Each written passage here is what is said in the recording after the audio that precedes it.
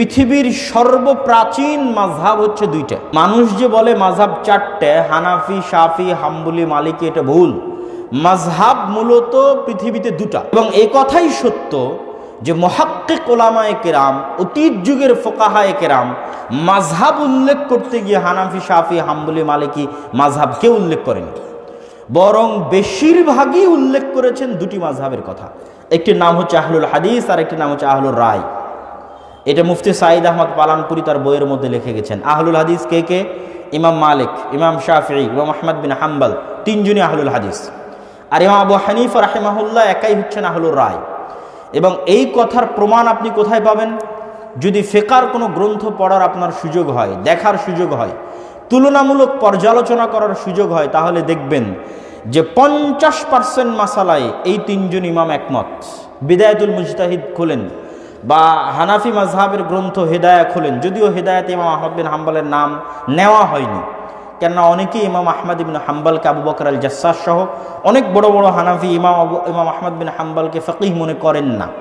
ফলত তারা বেশিরভাগ ক্ষেত্রে শাফিঈ এবং মালিকি এই দুই ইমামের নাম ব্যবহার করেছেন। কিন্তু আপনি যদি জরিপ করেন তাহলে দেখবেন 50% মাসালায় এই তিনজন ইমাম, ইমাম মালিক, আহমদ বিন হাম্বল এবং ইমাম শাফিঈ একমত। আর এই 50% মাসালায় তাদের বিপরীতে একাই আবু হানিফা রাহিমাহুল্লাহ। এই জন্য পৃথিবীর সর্বপ্রাচীন মাযহাব দুটো, আহলুর রায় অথবা আহলুল ইরাক অথবা আহলুল কুফা, এটা একটা মাযহাবের নাম। আরেকটা মাযহাবের নাম হয় আহলুল হাদিস অথবা আহলুল হিজাজ অথবা আহলুল মদিনা অথবা আহলুস সুন্নাহ অথবা আসহাবুল হাদিস, এটা হচ্ছে আরেকটা মাযহাবের নাম। এবং তার আরও প্রমাণ আপনাদের সামনে যদি আমি চিহ্ন এবং আলামত হিসেবে তুলে ধরি, যে আজকের যুগে আপনারা তর্ক বিতর্ক করতেছেন হানাফি এবং আহলে হাদিস ভাইয়েরা কি নিয়ে? আপনারা তর্ক বিতর্ক করতেছেন রাফুল আদাইন করা নিয়ে, আপনারা তর্ক বিতর্ক করতেছেন সালাতে সূরা ফাতিহা পড়া নিয়ে, আপনারা তর্ক বিতর্ক করতেছেন জোরে আমিন বলা নিয়ে। আপনাদেরকে চ্যালেঞ্জ দিয়ে বলে গেলাম, এগুলো একটা মাসালাও আজকের যুগের মাসালা নয়, ব্রিটিশদের আমলের মাসালা নয়। আজকে আপনি আবিষ্কার করে মারামারি গন্ডগোল করতেছেন, এই মাসালা আজকের যুগের নয়। 1200 বছর আগে, 1300 বছর আগে এই মাসালার উপর মতভেদ হয়েছে।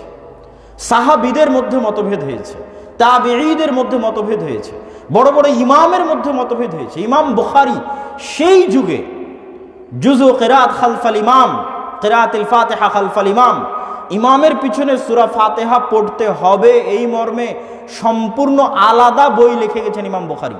তাহলে এই মাসালা মতভেদপূর্ণ কত বছর আগে ইমাম বুখারীর যুগে। ইমাম আত-তিরমিজি তার গ্রন্থের মধ্যে জোরে আমিন এবং আস্তে আমিন উভয় মাসালার দলিল এবং কে কোন মাসালার পক্ষে তার বইয়ের মধ্যে লিখে গেছেন 1300 বছর আগে, 1200 বছর আগে। ইমাম বুখারী রাহিমাহুল্লাহ রাফুল আদাইন করার উপর সম্পূর্ণ আলাদা গ্রন্থ লিখে গেছেন সেই যুগে, এবং তার বইয়ের মধ্যে 25 জায়গায় ক্বালা বাযুন নাস বলার মাধ্যমে আহলুল কুফা বা আহলুর রায়ের মাযহাবের রদ করেছেন সেই কালে। তাহলে আজকে আমরা যেটাকে মনে করতেছি আজকের যুগের মতভেদ, এটা ভুল, এটা সত্য নয়। বরং এই প্রত্যেকটা মাসালায় মতভেদ হয়েছে 1200 বছর আগে, 1300 বছর আগে। এমনকি কিছু কিছু মাসালায় সাহাবীদের মধ্যে মতভেদ হয়েছে। আব্দুল্লাহ বিন ওমর রাদিয়াল্লাহু তাআলা আনহু, আবু হুরায়রা রাদিয়াল্লাহু তাআলা আনহু, আনাস ইবনে মালিক রাদিয়াল্লাহু তাআলা আনহু, যারা বেশিরভাগ মদিনায় দার্স দিতেন, মক্কায় দার্স দিতেন, আব্দুল্লাহ বিন আব্বাস রাদিয়াল্লাহু তাআলা আনহু, তাদের মাসালা একরকম। আর আব্দুল্লাহ বিন মাসউদ রাদিয়াল্লাহু তাআলা আনহু কুফায় দার্স দিতেন, তার কিছু মাসালা একরকম। টাঙ্গাইল বলেন, বল্লা বলেন, কালিহাতি বলেন, এই অঞ্চলগুলো যদি 200-250 বছর থেকে আহলে হাদিস হয়, তাহলে আপনাকে আমি চ্যালেঞ্জ দিয়ে বলে গেলাম, শুধু এই টাঙ্গাইলের অঞ্চল নয়, ঢাকার বংশাল অঞ্চল বলেন, ঢাকার ব্রায়েত বলেন, বগুড়ার গাবতলী বলেন, রাজশাহী অঞ্চল বলেন, চাঁপাইনবাবগঞ্জ অঞ্চল বলেন, ঠাকুরগাঁ দিনাজপুর অঞ্চল বলেন, যেগুলোতে মোটামুটি 200 থেকে 250 বছর থেকে আহলে হাদিসরা বসবাস করছে, সঠিক আকীদা এবং তাওহীদের বিশ্বাস লালন করছে, এই প্রত্যেকটা জায়গায়, শুধু টাঙ্গাইল নয়, শুধু রাজশাহী নয়, শুধু বংশাল ব্রায়েত নয়, গোটা ভারত, পাকিস্তান, বাংলাদেশ, শ্রীলঙ্কা, মালদ্বীপ, নেপাল, ভুটান, আফগানিস্তানের যে কোনো অঞ্চলে আহলে হাদিসরা বসবাস করছে। আপনাকে জানতে হবে, আমি আব্দুল্লাহ বিন আব্দুর রাজ্জাক, আমার চ্যালেঞ্জ থাকলো, আপনাকে জানতে হবে যে ওই অঞ্চলে মিয়া নাজির হুসাইন দেহলভির কোনো না কোনো ছাত্র গেছিল। আমি আজকে আপনাকে এখানে চ্যালেঞ্জ করে গেলাম, শায়েখকে পাশে বসে রেখে বলে গেলাম, ইতিহাস খুঁজেন যে টাঙ্গাইলের বল্লা কালীহাতিতে মিয়া নাজির হুসাইন দেহলভীর কোন ছাত্র কোরআন এবং সহিহ হাদিসের দাওয়াত নিয়ে এসেছিল? মিয়া নাজির হুসাইন দেহলভীর কোন ছাত্র 100-150 বছর আগে তাওহীদের দাওয়াত নিয়ে এসেছিল? তাহলে আপনি যে দম্ভ এবং গর্ব করছেন এটা চূর্ণ হয়ে যাবে। জানতে হবে ইতিহাস যে ভারত উপমহাদেশের আলেম ওলামারা সঠিক আকীদা ছড়াতে কি অবদান রেখেছে। আপনি আজকে আকীদার দার্স দিচ্ছেন, নওয়াব সিদ্দিক হাসান খান ভূপালী 300 বছর আগে ভারত উপমহাদেশের মাটিতে জন্মগ্রহণ করা ব্যতিক্রম ধর্মীয় আলেম নওয়াব সিদ্দিক হাসান খান ভূপালী, যিনি 300-র অধিক বই আরবিতে লিখেছে ভারতের মাটিতে বসে। তিনি 300 বছর আগে আরবিতে আকীদার বই লিখে গেছে। কাতফুস সামার ফি আকিদাতে আহলিল আসার বইয়ের নাম, ভারতের মাটিতে বসে সালাফি আকীদার বই লিখেছে 300 বছর আগে। অতএব কথা বলার আগে হিসাব করে কথা বলতে হবে, কথা বলার আগে বিবেচনা করে কথা বলতে হবে যে আপনি কোন মাটিতে বসে কোন কথা বলতেছেন। পূর্বপুরুষের ইতিহাস ভুলে গিয়ে কি বলতেছেন সেটা জানতে হবে।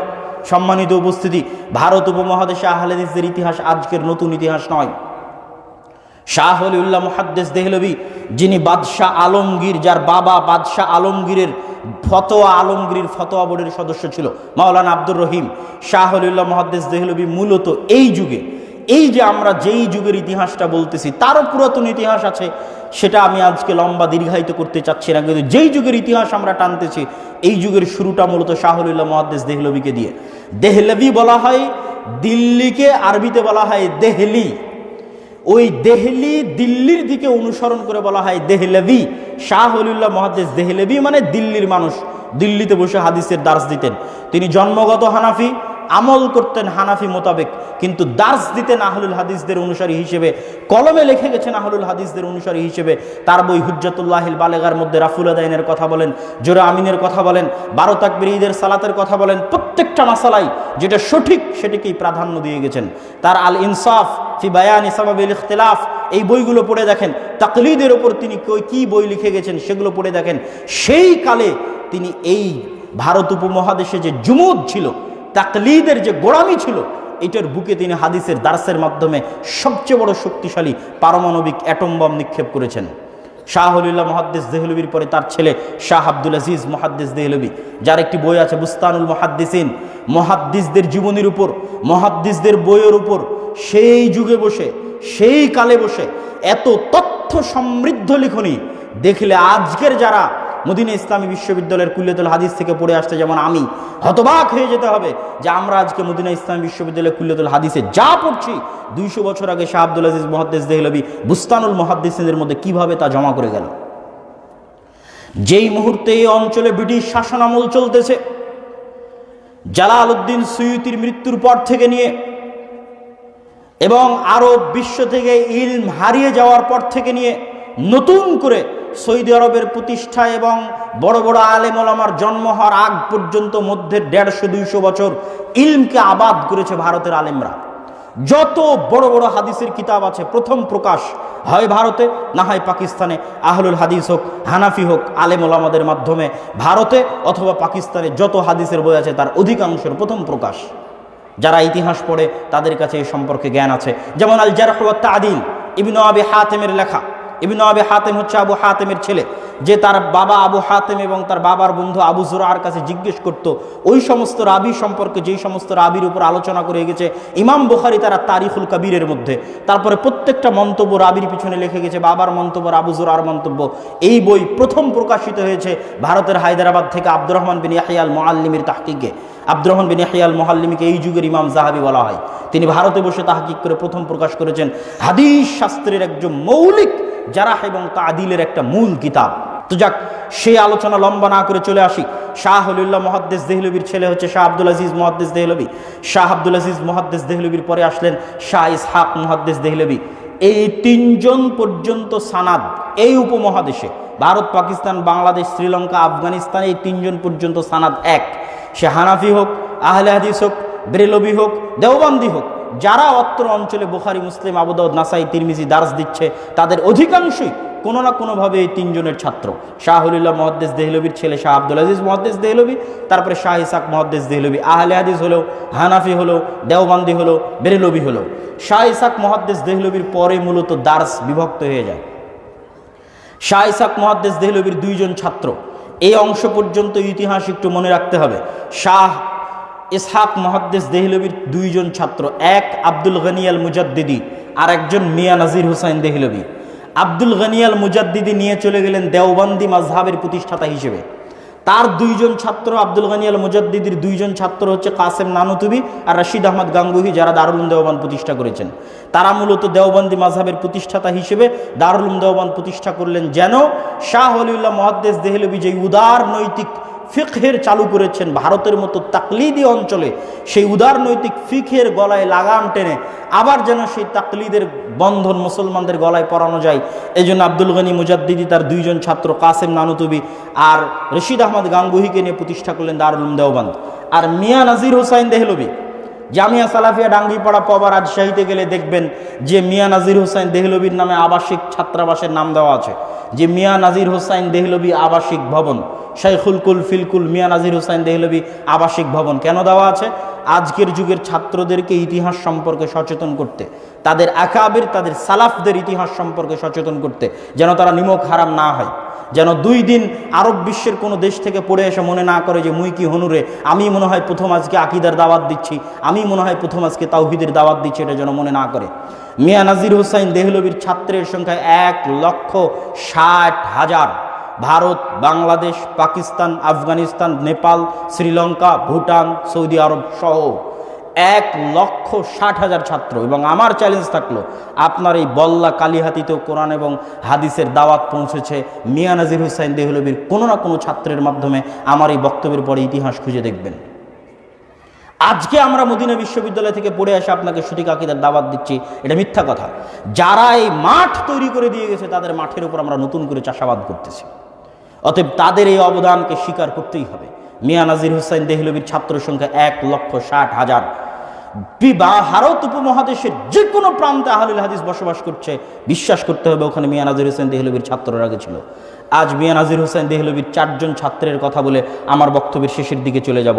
তবে বক্তব্যের মাঝে আরেকবার যদি ভুলে না যাই, যে নওয়াব সিদ্দিক হাসান খান ভূপালীর নাম বললাম, তার একটি বইয়ের অনুবাদ আমরা জামিয়া সালাফিয়া থেকে করেছি, আর রওজাতুন নাদিয়া, যেই বইটি পড়ার পরামর্শ নাসিরউদ্দিন আলবানী রাহিমাহুল্লাহ দিয়েছেন, যেটার নাম আমরা দিয়েছি ফিকহুস সালাফ। অনেকেই বলে যে আহলুল হাদিসদের ফিকহ নাই, আহলুল হাদিসরা ফিকহ মানে না।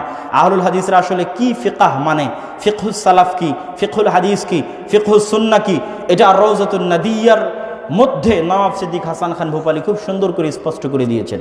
এবং নাসিরউদ্দিন আলবানী রাহিমাহুল্লাহ এই বইটি পড়ার জন্য পরামর্শ দিয়েছেন। আমরা সেই বইটি বাংলায় অনুবাদ করেছি।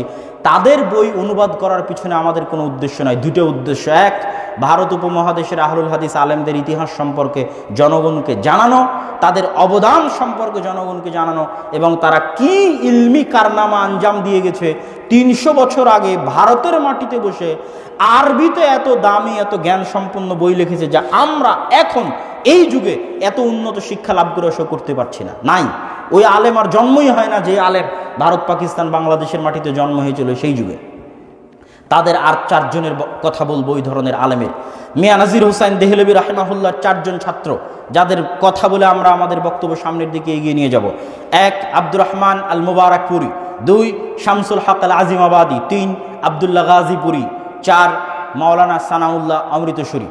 আব্দুর রহমান আল মুবারকপুরি রাহিমাহুল্লাহর 2টা অনেক বই আছে, তার 2টা বইয়ের কথা বলি। 1, তুহফাতুল আহওয়াজি। শুধু ভারতের মাটিতে নয়, ভারত, পাকিস্তান, বাংলাদেশের মাটিতে নয়, সারা মুসলিম বিশ্বে সুনান তিরমিজির সর্বশ্রেষ্ঠ আরবি ব্যাখ্যা গ্রন্থ তুহফাতুল আহওয়াজি, ভারতে জন্মগ্রহণ করা আহলুল হাদিস আলেমের লেখা। ভারত উপমহাদেশের মাটিতে জন্মগ্রহণ করা আহলুল হাদিস আলেমের লেখা ব্যাখ্যা গ্রন্থ, সমগ্র পৃথিবীতে তিরমিজির শ্রেষ্ঠ আরবি ব্যাখ্যা গ্রন্থ। এই অবদানের কথা আমাদের মনে রাখতে হবে। কি পরিমাণ হাদিসের জ্ঞান তাদের কাছে ছিল সেটা কোথায় গেলে বুঝবেন জানেন? শায়েখ বসে আছে, উনি বুঝতে পারবে। আরও যারা হাদিস সম্পর্কে জানেন তারা বুঝতে পারবেন। ইমাম তিরমিজি তার বইয়ের মধ্যে লেখে অফিল বাব, অফি হাজাল বাব, এই অধ্যায়ে আরও এই হাদিস আছে।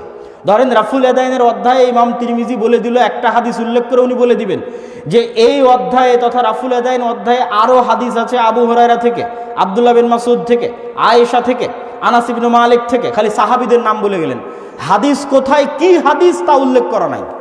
শুধু বলা আছে রাফুল আদাইন অধ্যায়ে, মানে প্রত্যেকটা অধ্যায়ে উনি বলেন যখন যে অধ্যায় আলোচনা করবেন সে অধ্যায়ে গিয়ে বলেন তোমরা এই অধ্যায়ে আরো হাদিস পাবা আবু হুরায়রা থেকে, আব্দুল্লাহ বিন ওমর থেকে, আব্দুল্লাহ বিন আব্বাস থেকে, আনাস ইবনে মালিক থেকে, আব্দুল্লাহ বিন মাসউদ থেকে, কিন্তু কোথায় কি হাদিস তা তিনি উল্লেখ করেননি। সেই যুগে মাকতাবাতুশ শামেলা ছিল না, যখন তুহফাতুল আহওয়াজির লেখক তুহফাতুল আহওয়াজি লেখে তখন। অথচ ওই যুগে ওই প্রত্যেকটা হাদিস উনি খুঁজে বের করে উল্লেখ করে দিয়েছেন তার ব্যাখ্যা গ্রন্থের মধ্যে, যে এই হাদিসটা এখানে যে ইমাম তিরমিজি বলতেছে আব্দুল্লাহ বিন আব্বাস থেকে বর্ণিত হাদিস আছে, এই হাদিসটা মূলত দারাকুতনির এত নাম্বার অধ্যায়ের অমুক জায়গায় এই হাদিসটা তোমরা খুঁজে পাবা, হাদিসের ইবারত এই। এখানে যে ইমাম তিরমিজি বলতেছে আবু হুরায়রা থেকে হাদিস আছে রাফুল আদাইন বিষয়, এই হাদিসটা তোমরা বাইহাকিতে খুঁজে পাবা অধ্যায় নাম্বার এভাবে। সেই যুগে মাকতাবাতুশ শামেলা ছাড়া, গুগল সার্চ ছাড়া এই দেশের মাটিতে জন্মগ্রহণ করা আলেম এই মাপের বই লিখে গেছে, ভাবলে কল্পনা করতে পারবেন না। তার আরেকটি বইয়ের কথা বলি, আবকারুল মিনান ফি নাকদে আথারিস সুনান। আহলুল হাদিস মাদ্রাসাগুলোতে মিশকাতের আগে একটা হাদিসের বই পড়ানো হয়, তার নাম বুলুগুল মারাম। এটার দেখা দেখি হানাফি মাদ্রাসাতে মিশকাতের আগে একটা হাদিসের বই চালু করার জন্য একজন হানাফি আলেম মাওলানা নিম্বি একটা বই লিখলেন আসারুস সুনান। তিনি কি করলেন, বুলুগুল মারামে যেমন আহলুল হাদিসদের মাযহাবের হাদিসগুলো বেশি জমা করা আছে, উনি আসারুস সুনানে হানাফি মাযহাবের পক্ষে যা হাদিস ছিল জয়ীফ জাল সব জমা করে দিলেন। তো ওনার এই বই বাজারে আসার অল্প কয়দিনের মধ্যে, এক সপ্তাহের মধ্যে, 10 দিনের মধ্যে আব্দুর রহমান আল মুবারকপুরি বই লিখলেন আবকারুল মিনান ফি নাকদে আসারিস সুনান, যে আসারুস সুনান এই বইয়ের মধ্যে কোন হাদিসে কোথায় ভুল আছে, কি ত্রুটি আছে, 1 সপ্তাহ 10 দিনের মধ্যে জবাব চলে আসলো, বই ডাউন, বাজারে বই চললই না। এই রকম ইলম এবং জ্ঞানের ভান্ডার ছিলেন তারা। কথায় কথায় আরেকজনের কথা মনে পড়ে গেল, যেটা এই আলোচনার মধ্যে ছিল না, আব্দুস সালাম মুবারকপুরি। যখন মাওলানা শিবলি নোমানি নাদতুল ওলামা লখনৌতে বসে ইমাম বুখারী এবং সহিহ বুখারীর উপর আঙ্গুল তুললেন, আল্লামা শিবলি নোমানি অনেক বড় আলেম, কিন্তু অনেক বড় আলেম হওয়ার পরেও তিনি কিছুটা ইনকারে হাদিস দ্বারা প্রভাবিত ছিলেন। ইনকারে হাদিস দ্বারা প্রভাবিত হওয়ার কারণে নাদতুল ওলামা লখনৌতে বসে সহিহ বুখারী আর ইমাম বুখারীর উপর হাত তুললেন। তখন শামসুল হক আজিমাবাদী আব্দুস সালাম মুবারকপুরীকে দায়িত্ব দিলেন, তুমি ইমাম বুখারী আর সহিহ বুখারীর উপর বই লেখো। তিনি বই লেখা শুরু করলেন, বইয়ের নাম সিরাতুল বুখারী, 2 খণ্ড। আর শিবলি নোমানি লিখেছিলেন সিরাতুন নুমান, মানে আবু হানিফা রাহিমাহুল্লাহর জীবনী। তখন আব্দুস সালাম মুবারকপুরী লিখলেন সিরাতুল বুখারী 2 খণ্ড। আল্লাহে আল্লাহর কসম, ওয়াল্লাহে আল্লাহর কসম, কেউ যদি মিন্নাতুল বারী দেখে মনে করে যে না জানি কত বড় বই লিখেছি, মিন্নাতুল বারীকে আমার কাছে সিরাতুল বুখারীর সামনে শিশু মনে হয়। ইমাম বুখারীর জীবনীর উপরে আর সহিহ বুখারীর উপরে এত সূক্ষ্ম আর এত বিস্তারিত গ্রন্থ পৃথিবীর বুকে আর দ্বিতীয়টা লেখা হয়নি। যেটা ভারতের আলেম লিখেছে, আরবি অনুবাদ হয়েছে কিনা আমার জানা নাই, উর্দুতে লিখেছেন সিরাতুল বুখারী, আমার জানা নাই যে হয়েছে কিনা। সম্মানিত উপস্থিতি, শামসুল হক আল আজিমাবাদী তিনি গ্রন্থ লিখলেন 32 খণ্ডে আবু দাউদের ব্যাখ্যা গায়াতুল মাকসুদ। যখন ভারত পাকিস্তান বিভক্ত হয়, শিখ মুসলমানদের দাঙ্গা, হিন্দুদের দাঙ্গা, বই জ্বলে পড়ে ছারখার। কিছু বই বাংলাদেশের ঢাকাতেও এসেছিল, কিছু বই পাকিস্তানের লাহোরেও গেছিল, কিছু নতুন করে ছাপানো হয়েছে, আল্লাহু আলাম। কিন্তু তিনি তার ভাইকে পরামর্শ দিয়েছিলেন এই 32 খণ্ডের বই সংক্ষিপ্ত করতে, যেটা এখন সারা পৃথিবীতে প্রচলিত আছে। ওই বইয়ের নাম আউনুল মাবুদ। আবু দাউদের সারা পৃথিবীতে শ্রেষ্ঠ আরবি ব্যাখ্যা গ্রন্থ লিখেছে বিহারের রাজধানী পাটনার আলেম শামসুল হক আজিমাবাদী, যিনি মিয়া নাজির হোসাইন দেহলভির ছাত্র। তার আরেকটা বইয়ের নাম বলি, রাফউল ইলতিবাস। ইমাম বুখারী রাহিমাহুল্লাহ সহিহ বুখারীর 25 জায়গায় ক্বালা বাযুন নাস বলে আহলুর রায়দের রদ করেছেন। হানাফি মাযহাবের 25টা ফতোয়ার রদ করেছেন ইমাম বুখারী সহিহ বুখারীর মধ্যে। তো একজন বড় হানাফি আলেম মাওলানা আহমদ আলী সাহারানপুরি, ভারতের একটা জেলা সাহারানপুর, ওই সাহারানপুরে একটা মাদ্রাসা আছে মাজাহিরুল উলুম। কেমনে চিনবেন মাজাহিরুল উলুমকে? ফাজাইলে আমলের লেখক মাওলানা জাকারিয়া কান্ধলভি, যেই ফাজাইলে আমল গোটা বাংলাদেশে চলতেছে, তার লেখক মাওলানা জাকারিয়া কান্ধলভি ওই মাজাহিরুল উলুম সাহারানপুরের শাইখুল হাদিস ছিলেন। সেই মাজাহিরুল উলুম সাহারানপুরের আরও আগের শাইখুল হাদিস তিনি মাওলানা আহমদ সাহারানপুরি।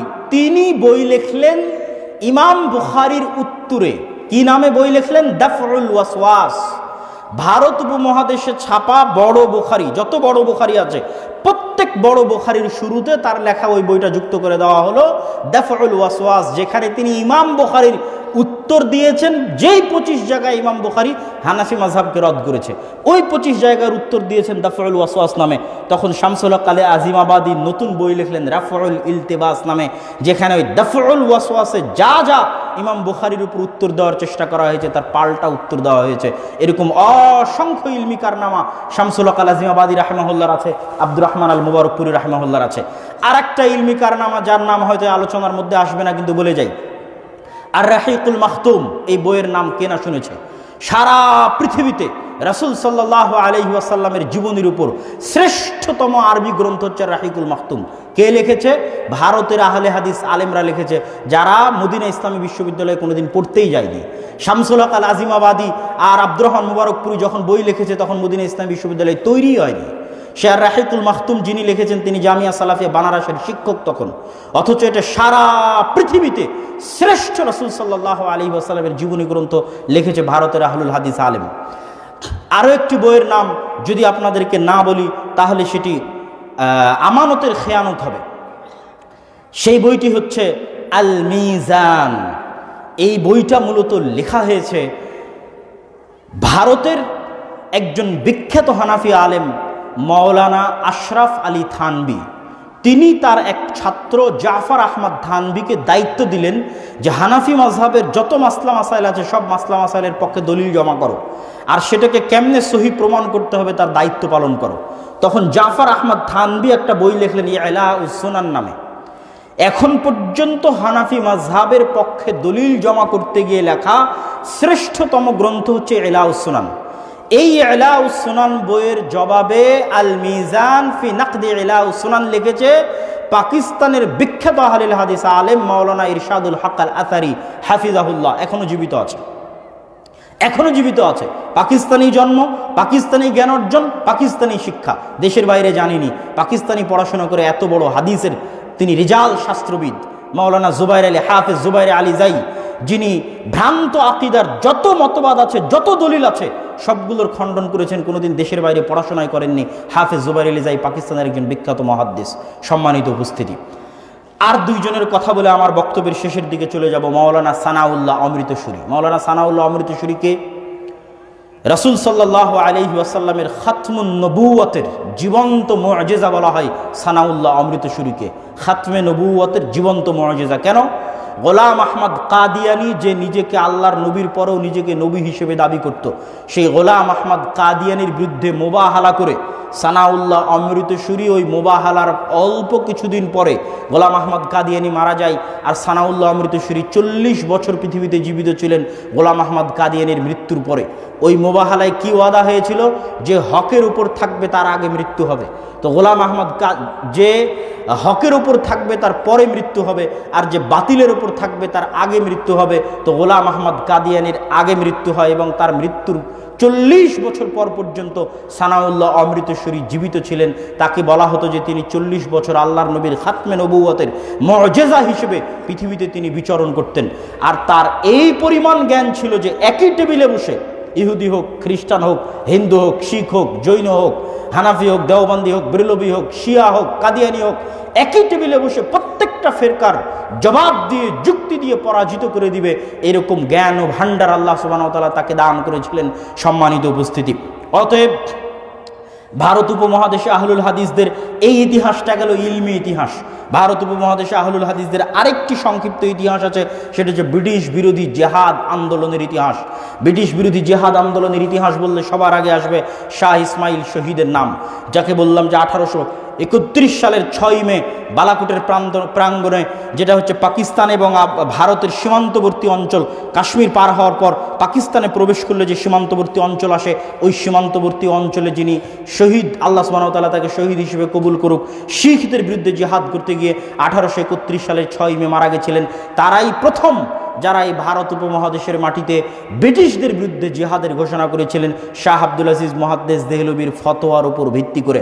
ওটার একটা লম্বা ধারা আছে, আহলুল হাদিসদের ওই রাজনৈতিক বলেন আর ব্রিটিশ বিরোধী জিহাদের আন্দোলন বলেন, যেটা স্যার সৈয়দ আহমদ বেরেলভি তার সহ, শাহ ইসমাইল শহীদ সহ, তারপরে মাওলানা বেলায়েত আলী সহ, মাওলানা এনায়েত আলী সহ, যেই মাওলানা বেলায়েত আলী এবং এনায়েত আলী রাজশাহী, চাঁপাইনবাবগঞ্জে, মুর্শিদাবাদ, মালদাহে 12 বছর দাওয়াতি কাজ করেছে।